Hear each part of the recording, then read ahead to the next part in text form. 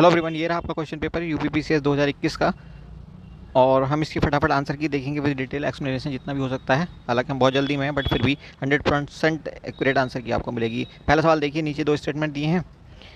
इन्हें बताना है कि इन स्टेटमेंट के अकॉर्डिंग कौन सा स्टेटमेंट सही है, कौन सा गलत है, या दोनों सही हैं। तो यहाँ पे देखिए, पहला और दूसरा दोनों स्टेटमेंट सही हैं।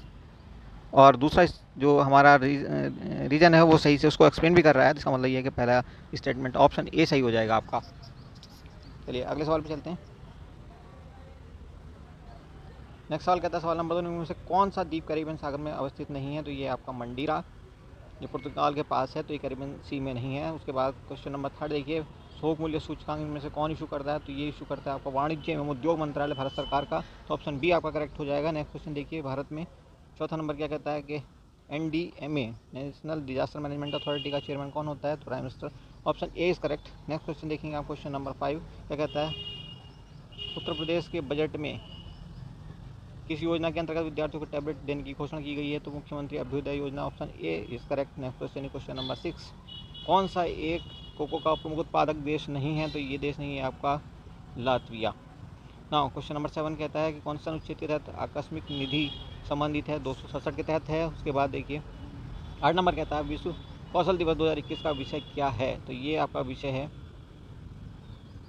रीमैनेजिंग यूथ स्किल्स पोस्ट पेंडेमिक। तो option D is correct. Now next question देखिए, क्वेश्चन नंबर 9 कहता है, कोविड-19 महामारी की दूसरी लहर के समय किस संस्थान ने नाइट्रोजन जनरेटर को ऑक्सीजन जनरेटर में बदलने का प्रदर्शन किया था? तो ये था IIT Mumbai. Option B is correct. Now question number 10 देखेंगे, कौन सा कारण भारत के उत्तर पश्चिम भाग में शीत ऋतु में होने वाली वर्षा के लिए उत्तरदायी है?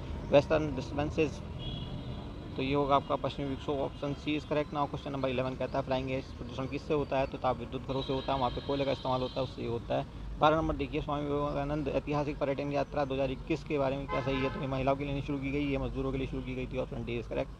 13, इनमें से कौन सबसे ज़्यादा सूर्य की रोशनी को परावर्तित करेगा? तो ये परावर्तित करेगा आपका ताजी बर्फ से ढकी हुई भूमि। तो ऑप्शन सी इज करेक्ट। 14 देखिए, किस एक में देश का प्रथम भारतीय कौशल संस्थान स्थापित किया गया है? अहमदाबाद गुजरात में। तो ऑप्शन पहला सही हो जाएगा आपका। नेक्स्ट क्वेश्चन देखिए, 15 नंबर, फ्रेंच ओपन की जो चैंपियन है वो किस कंट्री की है? चेक गणराज्य की है।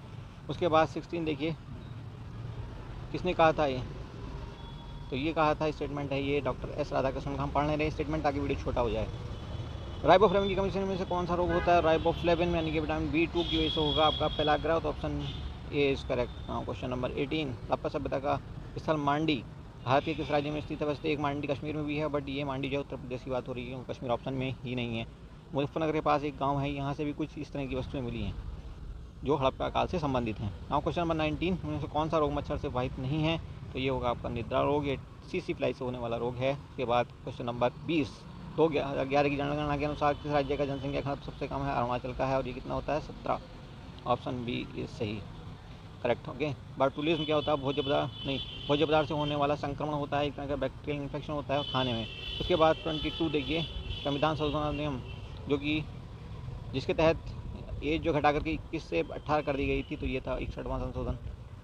23 नंबर देखिए, रेडियो धर्मिता के बारे में कौन कौन से स्टेटमेंट सही है? तो दोनों स्टेटमेंट नहीं, दूसरा सही नहीं, पहला स्टेटमेंट सही है। Option A is correct. Now question number 24, NTPC के बारे में दिया है कि सिंगरौली में नहीं है, ये आपका सिंगरौली छत्तीसगढ़ में नहीं है, ये उत्तर प्रदेश के सोनभद्र में है। तो दूसरा आपका ऑप्शन सही है, बी आंसर हो जाएगा आपका। ओके, नाउ क्वेश्चन नंबर 25, वायुमंडल प्रकाश के प्रसार का कारण क्या होता है? धूल के कणों से टकराकर वो प्रसारित हो जाता है। 26 नंबर देखेंगे आप, जस्ट यहाँ कुछ गड़बड़ हो गया, माय गॉड। ओके, एनीवे कोई नहीं। 26 number, question number 26, hold on just moment, 1 minute की बात। ओके, किस आयोग के सिफारिशों के आधार पर जो है अंतर्राज्यीय परिषद की स्थापना हुई थी? तो ये थी आपका सरकारी आयोग, केंद्र राज्य संबंधों पर बनने वाला आयोग था। ये कौन सा इनमें से सही नहीं है? तो विटामिन ए संतरे में नहीं होता है, संतरा जाना जाता है विटामिन C के लिए। ओके, तो option A is correct answer बन जाएगा आपका। स्टैचू ऑफ पीस कहाँ पे है? तो ये आपका राजस्थान में। ऑप्शन बी, नवंबर 2020 की न्यूज़ है ये। प्रधानमंत्री वाणी योजना का संबंध वाईफाई से है। 30 नंबर देखिए, को मार्क किसके लिए दिया था? पर्यावरण के लिए सुरक्षित सामग्री से। बी ऑप्शन सही हो जाएगा। भारतीय संविधान के अंतर्गत में कौन सा मौलिक कर्तव्य नहीं है? तो आम चुनाव में मतदान हमारा कोई मौलिक कर्तव्य नहीं होता। नोबेल शांति पुरस्कार की बात हो रही है। देखिए अब क्वेश्चन नंबर कौन सा था? होल्ड ऑन यार, गड़बड़ हो गई। ये आपका 31 नंबर, भारतीय संविधान के अंतर्गत में से कौन सा मौलिक कर्तव्य नहीं है? तो हम चुनाव मतदान नहीं है। उसके बाद 32 नंबर, नोबेल पुरस्कार संबंध किस संस्था को दिया गया है? शांति पुरस्कार 2020, तो विश्व खाद्य कार्यक्रम, option A is correct. Now question number 33 देखिए, इनमें कौन सा सुमेलित नहीं है? सुमेलित नहीं है, जिसको छोड़ना पड़ेगा फॉर द टाइमिंग, हम इसको छोड़ दे रहे हैं, आप इसका आंसर कर देना, ये हम अभी आ नहीं रहा। तो क्रॉस स्टिकिंग किसकी थीम थी? तो ये थी वर्ल्ड तपेडिक डे। 32 का सी आंसर सही हो जाएगा, सॉरी 34 का। 35 नंबर देखिए, इनमें से कौन सा संविधान संशोधन जीएसटी से संबंधित है? तो 101। उसके बाद 27/28/2021 को देश के विदेश मंत्री एंथोनी ब्लिंकन किस कंट्री के हैं? ये यूएसए के, यूएसए, संयुक्त राज्य अमेरिका, नॉट इंग्लैंड। ओके। उसके बाद 37 घटनाओं पर विचार कीजिए, कानून के अनुसार व्यवस्थित कीजिए। तो देखिए, शारदा अधिनियम 1930 में आया था, उससे पहले आ गई थी नेहरू रिपोर्ट, और साइमन कमीशन 1927 में आ गया था। तो आपको दांडी मार्च इनमें सब में बाद में आया होगा 1930 में। तो आपका देखिए 4 सबसे लास्ट में जाना चाहिए, और उसके पहले होना चाहिए जस्ट पहले शारदा अधिनियम, 4 के जस्ट पहले शारदा अधिनियम। तो ऑप्शन ए इज करेक्ट। बाकी आप देख लेना, हम थोड़ा सा जल्दी कर लेते हैं। Okay, now question number is 38। रक्त में इनमें से किसकी उपस्थिति के कारण ब्लू बेबी सिंड्रोम होता है? तो नाइट्रेट की उपस्थिति के कारण होता है ये। 39 नंबर देखिए, यहाँ पे 2 स्टेटमेंट दिए हैं, एक कथन है, दूसरा कारण है, तो हमें बताना है कौन कौन सा सही है, उसके अकॉर्डिंग हमने आंसर करना होगा। तो क्या क्या सरकार का उद्यम स्थिति में, अच्छा इसको भी हम छोड़ दे रहे हैं आपके लिए। क्वेश्चन नंबर 40 देखिए, वायु प्रदूषण का सूचक होता है लाइकेन, तो option C is correct. Now question number 41, कानून में आप ज़रा लगाइएगा क्रोनोलॉजिकल ऑर्डर क्या होगा? तो देखिए, गोवा बना था 1962 के आसपास, 62 या 63 बना है, एग्जैक्ट मुझे भी याद नहीं आ रहा।